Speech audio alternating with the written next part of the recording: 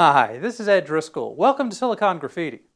Back in 1998, here's how Hollywood described Bill Clinton during his first run for the White House 6 years earlier.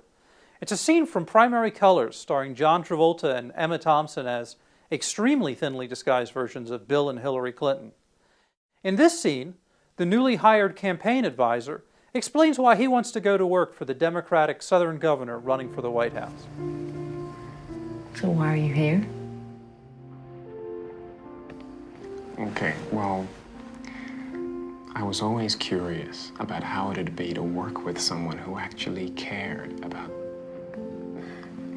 I mean, it couldn't always have been the way it is now. It must have been very different when my grandfather was alive. Well, hey, you were there. You had Kennedy. I didn't.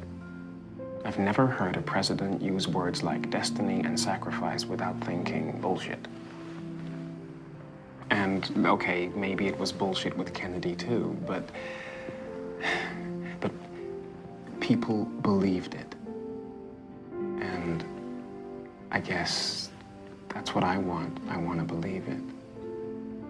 I want to be a part of something that's history. But that was then, and this is now. These days, there's yet another successor to the Court of Camelot running for the White House.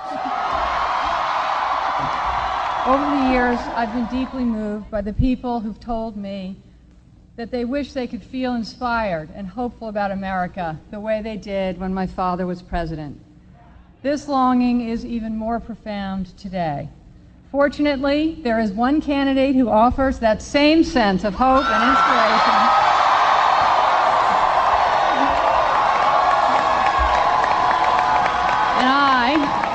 I'm proud to endorse Senator Barack Obama for President of the United States.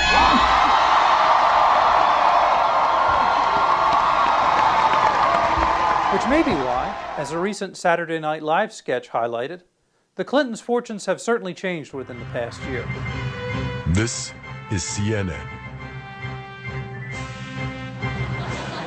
I'm Campbell Brown, and I will be the moderator tonight. With questions coming from my colleagues, CNN Chief National Correspondent John King and Univision anchor Jorge Ramos. Like nearly everyone in the news media, the three of us are totally in the tank for Senator Obama. We will make every effort tonight to keep these bias hidden, but should it become obvious, please remember, we're only human. I myself have been clinically diagnosed as an Obamaniac, while my associate John King just last week suffered his third Barack attack.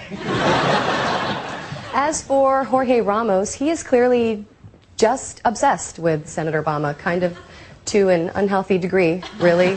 And, well, I guess you could just call him a stalker.